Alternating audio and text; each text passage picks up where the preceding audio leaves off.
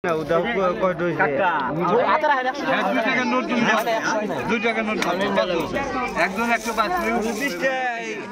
ভিক্ষুকের কাছ থেকে পাওয়া গেছে 2 বস্তা টাকা। ঘটনাটি সিরাজগঞ্জ সদরের মাসিমপুর নতুন পাড়ার। জানাজানি হতে এলাকায় সৃষ্টি হয়েছে ব্যাপক চাঞ্চল্য। এলাকাবাসী জানান, প্রায় 65 বছর বয়সী সালেহা বেগম দীর্ঘ 4 দশক ধরে ভিক্ষা করে আসছেন। গত বেশ কয়েকদিন ধরে তিনি হঠাৎ অসুস্থ হয়ে পড়লে এলাকাবাসী তার থাকার জায়গায় 2 বস্তা টাকা পায়। পরে সকলের সহযোগিতায় টাকাগুলো গোনা শুরু হয়। দেখা যায় 1,26,000 টাকা ভালো আছে, বাকি টাকাগুলো পচে নষ্ট হয়ে গেছে। এই টাকাগুলো সালেহা বেগমের চিকিৎসার কাজে ব্যয় করা হবে।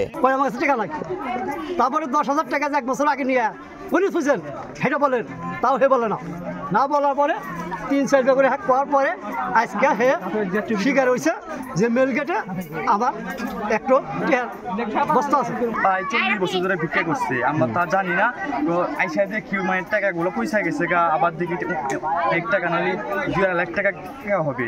আমরা ওর যে মানে থাকার যে জায়গাটা সেখানে খুঁজতে যে এই টাকাগুলো আমরা পাই। উপস্থিত সবাই মিলে যেটা সিদ্ধান্ত হয় সেই মোতাবেক যাতে কাজে লাগে আর চিকিৎসা হয় যে একটা ব্যবস্থা করা হবে।